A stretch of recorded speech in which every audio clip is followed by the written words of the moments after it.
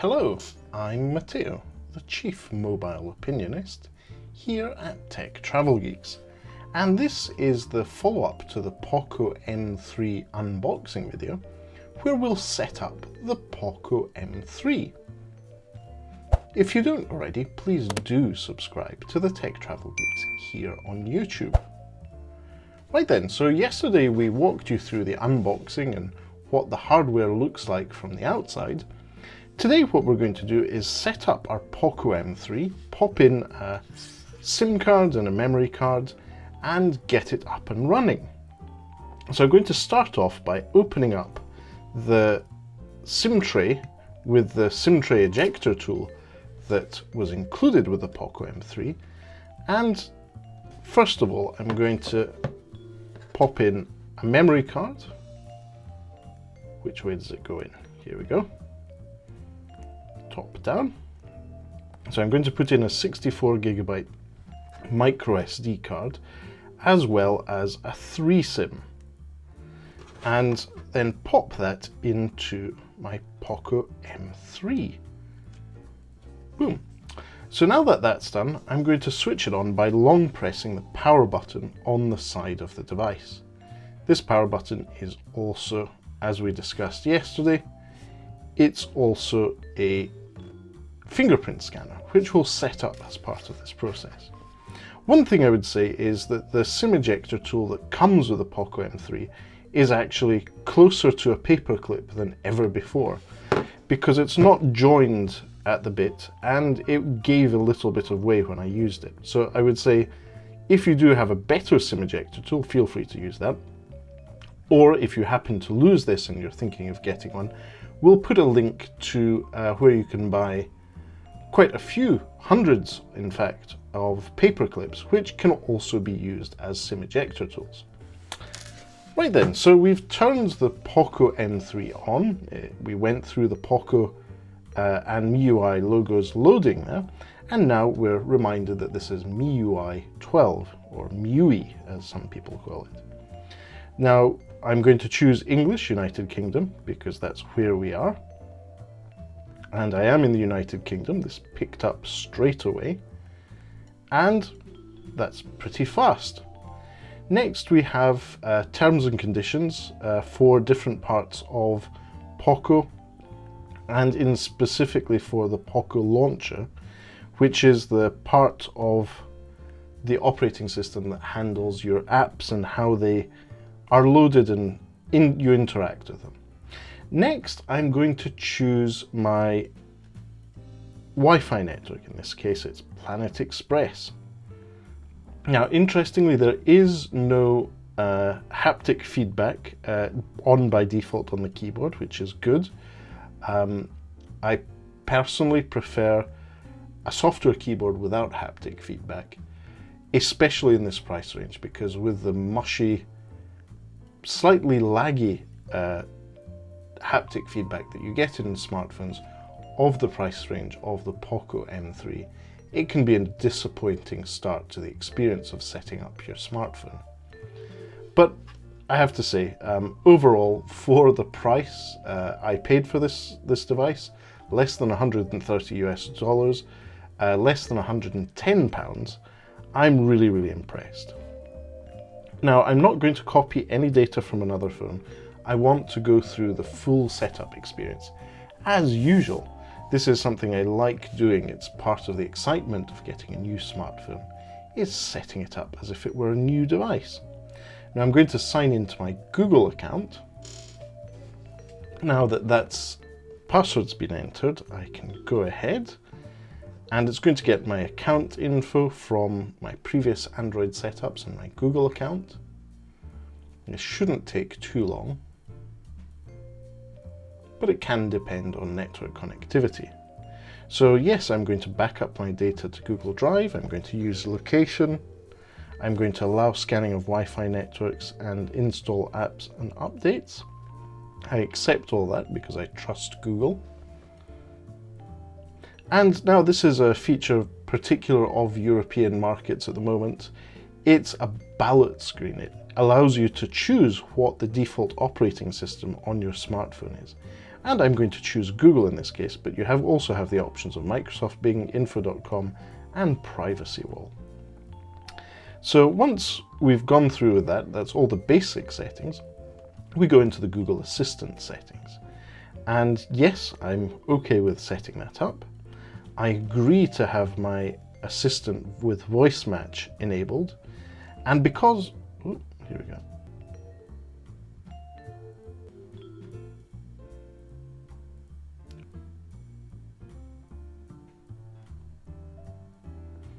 So there you are. This is the first time I've had to do that in a while, is actually set up voice match.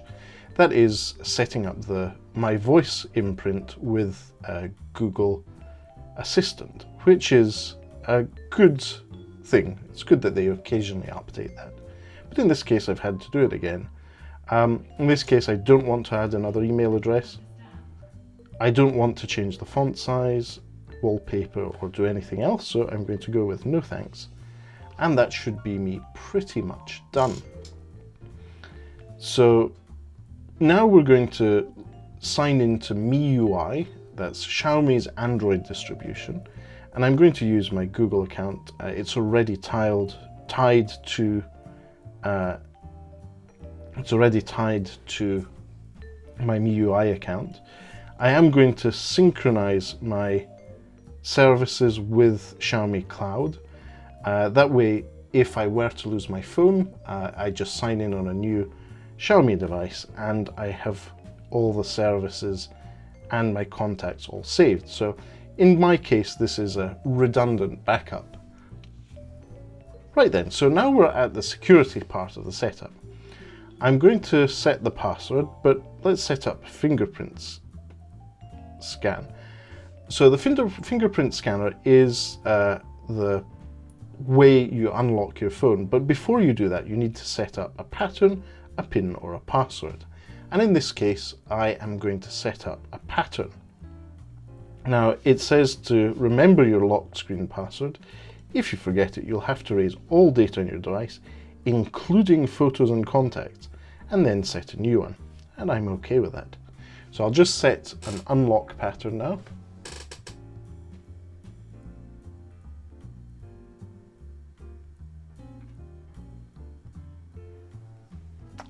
And there we have it. So I have set up my unlock pattern, and now we're going to go through tapping the side of the device as illustrated in the image on my smartphone to recognize my fingerprint for the fingerprint scanner. And it's going to take multiple attempts. I will have to move my fingerprint around a few times, but it is seeming to work. And there is, in this case, haptic feedback on the fingerprint scanner. And now it's asking me to go further out of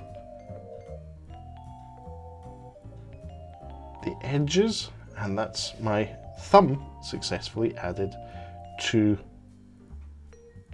the fingerprint unlock on the POCO M3. So additional settings: location, user experience program, diagnostic data, automatic system updates, and personalized ads. I'm good with them all. Now we have the option to choose themes. There's two themes here, Classic and Limitless. I'm going to go with Classic.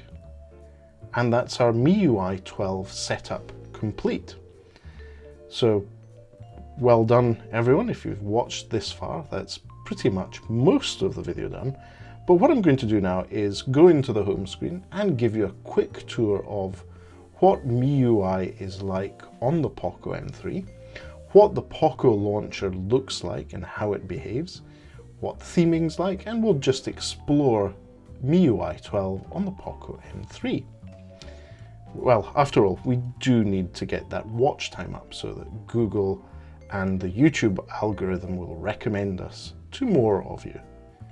If you don't already, please do subscribe to the Tech Travel Geeks here on YouTube.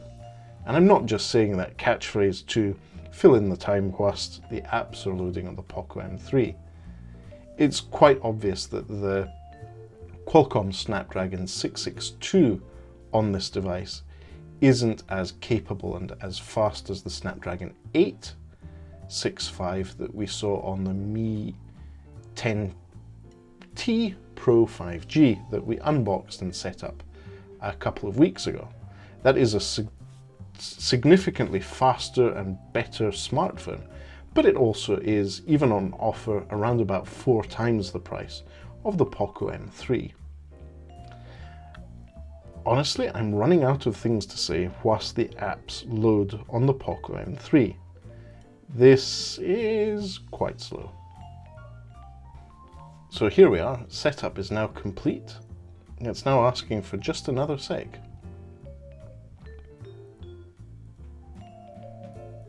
And finally, we now have a loaded home screen, or partially loaded home screen with a desktop wallpaper. Now we have a loaded home screen with apps, and particular to the POCO launcher as opposed to the traditional MIUI launcher, it has an app drawer, which is very, very close to the Pixel-like experience or the Android One-like experience that we've seen on other devices here at Tech Travel Geeks.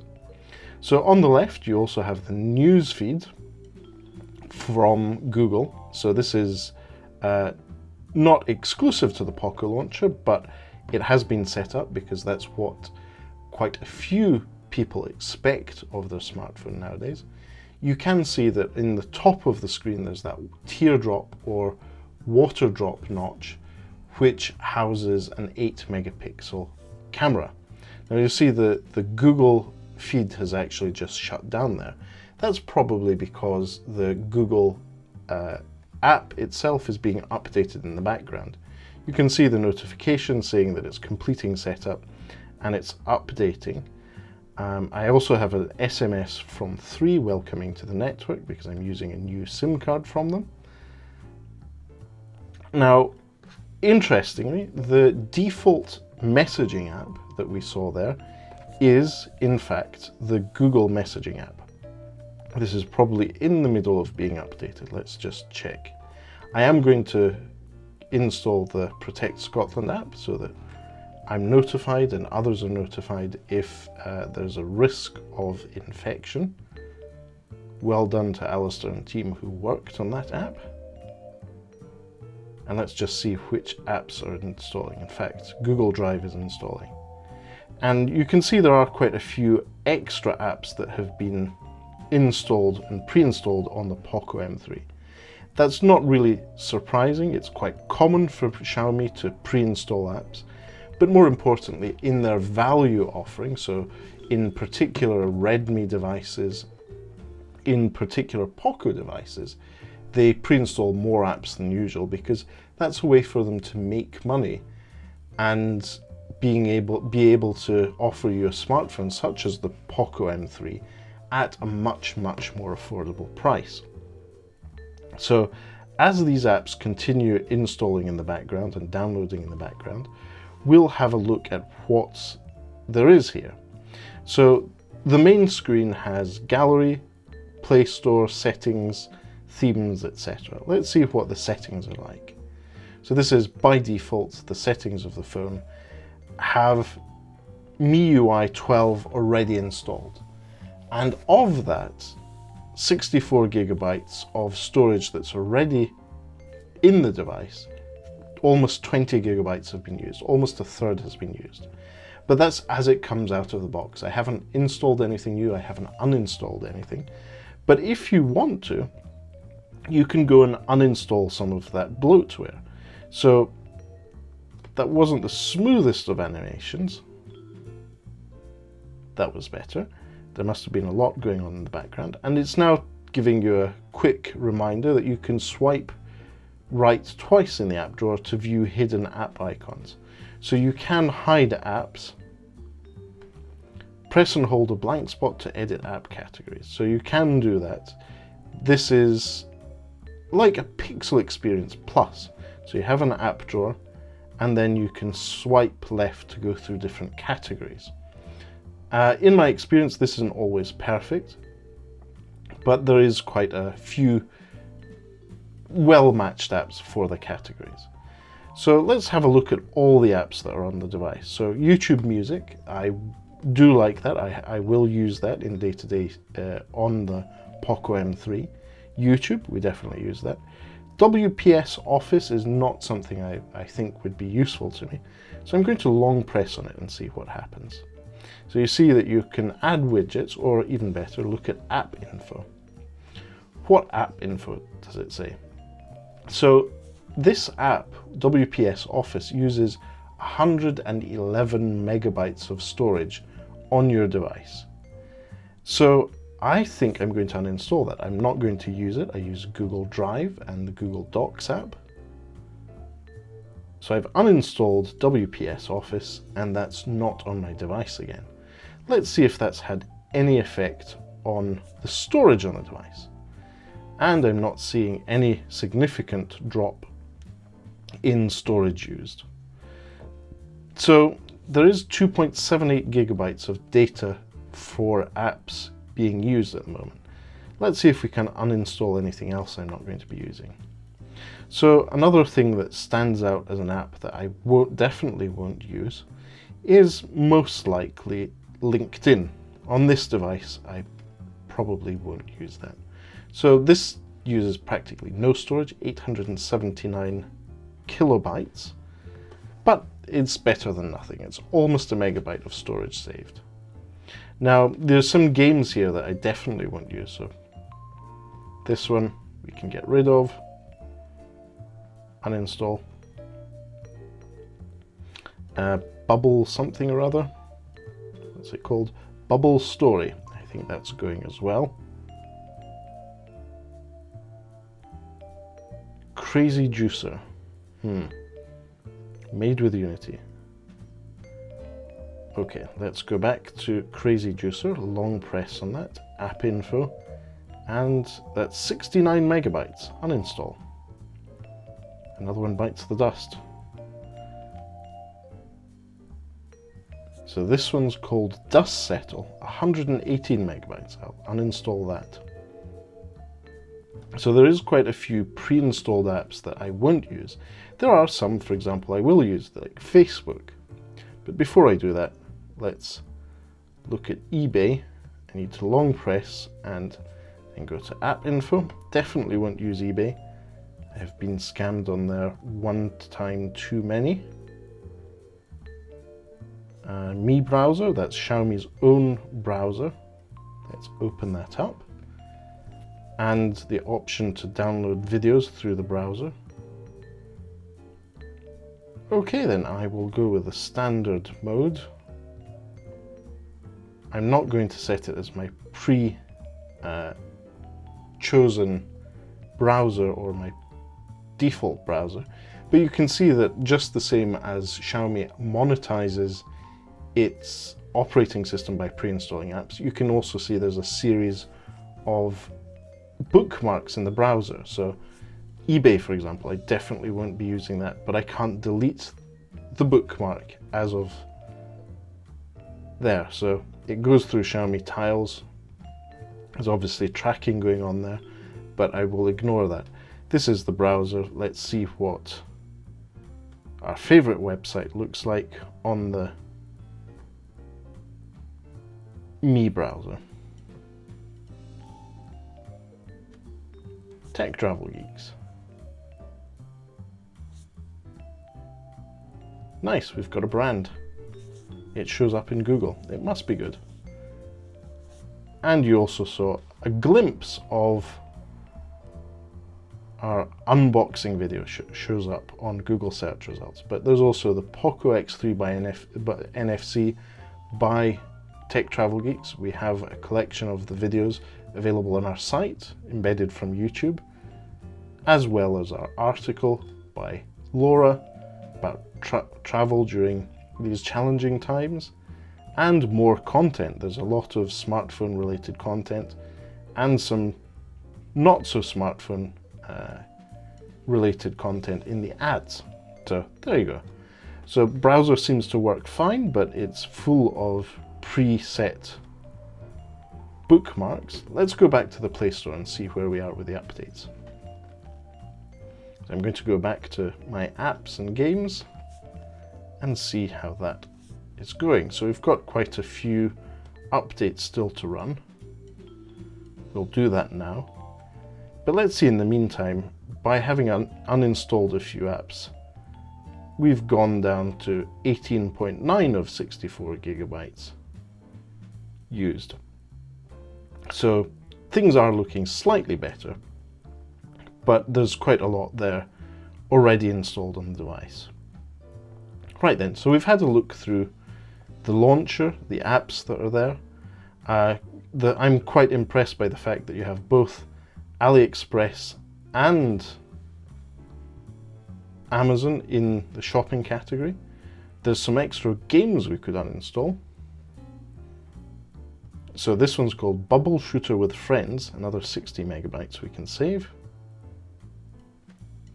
I should probably just retitle this video as Matteo uninstalls apps from his POCO M3.